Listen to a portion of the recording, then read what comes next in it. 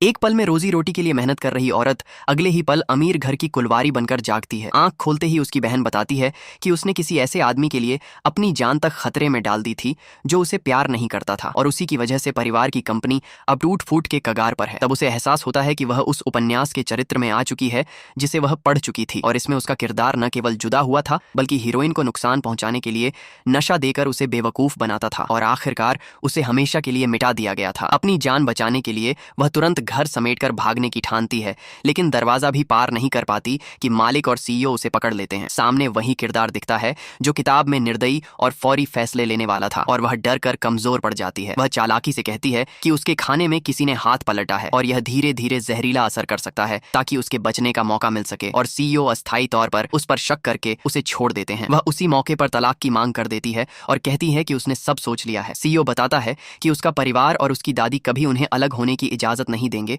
और इसलिए भागना इतना आसान नहीं है। परिवार बचाने के लिए वह बाहर जाकर एक बार काम न करने वाले साझेदार से मदद मांगती है, और बार में उसी से मिलने पर वह देखती है कि उसका इरादा बस उसका फायदा उठाना है। पिछली जिंदगी में जुए के अनुभव की वजह से वह मन लगाकर एक दांव जीत लेती है, पर सामने वाला धोखा देता है और गलत इरादों पर आता है। उसी खतरनाक घड़ी में सीईओ अचानक अराइव करता है और स्थिति संभाल लेता है। वह सार्वजनिक तौर पर कहता है कि यह महिला उसकी है और दूसरे को समझौते पर मजबूर करता है। उसकी छवि देखकर वह दिल को कुछ हल्का महसूस करती है, पर वह तुरंत याद करती है कि भविष्य में उसके हाथ कितने कठोर होंगे, और इसलिए अपने इरादों पर कायम रहती है। पर उसे पता नहीं था कि विरोधी पहले ही बहस को भड़काने के लिए कुछ कर चुके थे, और वह मदहोशी के हालात में खुद को पाकर अचानक सीईओ के पास गिर पड़ती है। बाद में वह घबराकर उसे बांधकर भाग निकलती है और उसे लगता है कि सारा खेल खत्म हो चुका है। पर सीईओ न केवल नाराज नहीं होता बल्कि वह और भी अधिक रुचि दिखाता है। तभी उसके सीईओ की दादी फोन पर गुस्से में आ जाती है और उसे फटकार लगाकर पोती को मनाने का आदेश देती है। दूसरी तरफ वह बहन के साथ कंपनी की हालत पर चिंतित रहती है,